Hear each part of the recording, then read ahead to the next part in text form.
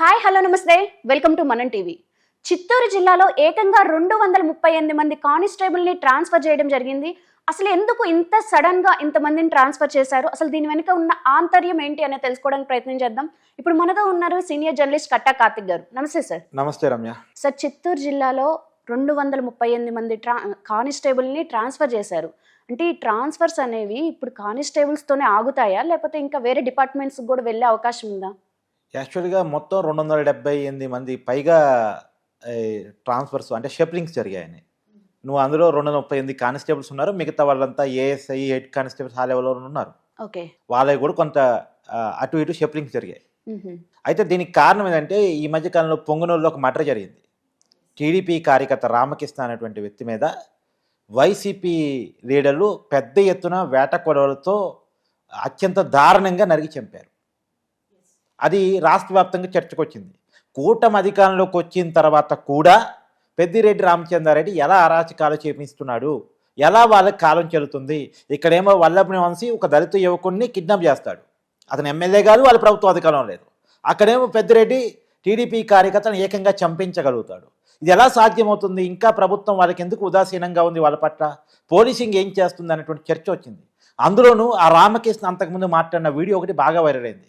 ఏది, నాకు ప్రాణహాని ఉంది, ఇక్కడ పోలీసు వాళ్ళు నాకు కోఆపరేట్ చేయట్లేదు, ఈ పోలీసు వాళ్ళని ఇక్కడ నుంచి మార్చాలి. పర్టికులర్గా ఆ స్టేషన్ సిఐ పెద్దిరెడ్డి రామచంద్రారెడ్డికి సహకరిస్తున్నాడు, అతను చెప్పినట్టు వింటున్నాడు, అతను చెప్పినట్టు విని పైగా నా మీదే రివర్స్గా మాట్లాడుతున్నాడు, కేసులు పెడుతున్నాడు, ఇబ్బంది పెడుతున్నాడు అనేటువంటి వీడియో ఏదైతే చేశాడో ఆ వీడియో బాగా వైరల్గా మారింది. అప్పుడు టీడీపీలో కూడా పెద్ద చర్చ, అసలు ప్రభుత్వంలో ఉంది మనమా వాళ్ళ? ఇప్పటికీ ప్రభుత్వం మారినా కానీ మన కార్యకర్తలు చనిపోతుంటే మన ప్రభుత్వం ఏమీ చేయలేదా, మన పార్టీ ఏమీ చేయలేదా? సరే, అదే ఈ ఒక్క విషయమే కాదు, కూటమి వచ్చి 9 నెలలు దాటినా కానీ ఇంకా గ్రౌండ్ లెవెల్లో ఉన్న వాళ్ళందరూ వైసీపీకే వర్క్ చేస్తున్నారు అనే వార్తలు కూడా ఉన్నాయి కదా. ఎస్, ఆ చర్చే నడిచింది. కరెక్ట్గా నువ్వు చెప్పినట్టే ఆ చర్చే నడిచింది.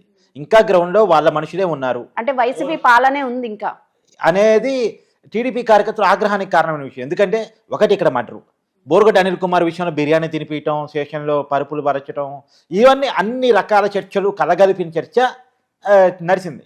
దాంట్లో నుంచి ప్రభుత్వం కొంత రీడయ్యి పాత వాసనలో ఉన్నటువంటి పోలీసులను అటు ఇటు ట్రాన్స్ఫర్ చేశారు. సహజంగా చంద్రబాబు నాయుడు గారి పరిపాలన ఎలా ఉంటుందంటే అధికారుల విషయంలో పెద్దగా వాళ్ళ జోలికి వెళ్ళరు, వాళ్ళని ఇబ్బంది పెట్టడం, వాళ్ళ మీద కక్ష సాధింపులు చేయటం ఉండదు. వాళ్ళనే ముందు పెట్టి పరిపాలన చేస్తూ ఉంటాడు. వాళ్ళని నమ్ముతాడు ఎక్కువ, అధికారులను ఎక్కువ నమ్ముతాడు.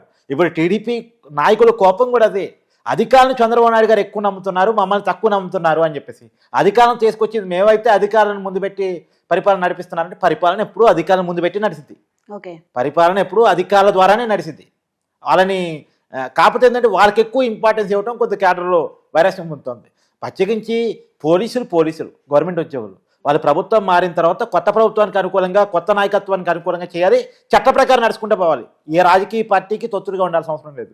కాకపోతే ఏంటంటే వైసీపీ చాలామంది, అందరూ కాదు చాలామంది పోలీసులకు కొంత లంచాన్ని అలవాటు చేసింది, డబ్బును అలవాటు చేసింది.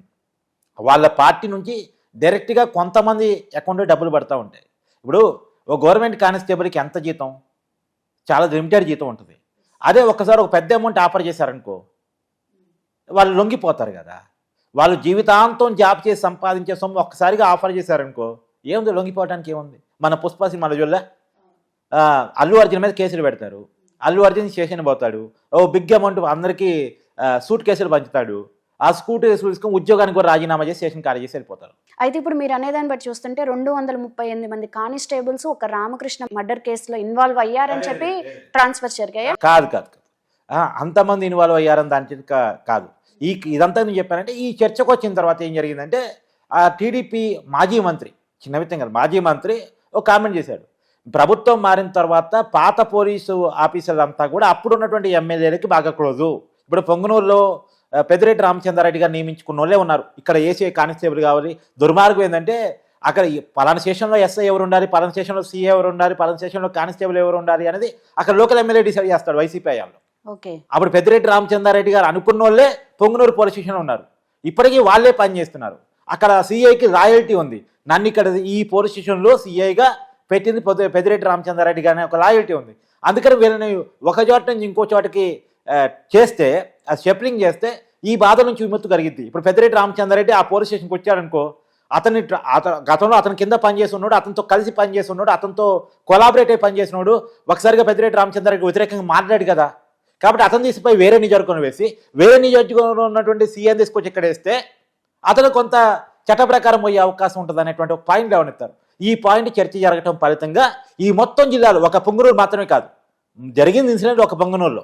ఆ పొంగునూరులో దాదాపు 40 మంది పోలీసులు, సిఐ, ఎస్ఐ, హెడ్ కానిస్టేబుల్స్, తర్వాత కానిస్టేబుల్, మొత్తం 40 మంది ఒక స్టేషన్లో ఉన్న వాళ్ళంతా మారిపోయారు. పొంగునూరు పోలీస్ స్టేషన్ వరకు అయితే మిగతా చోట్ల మాత్రం కొద్ది మంది మారారు.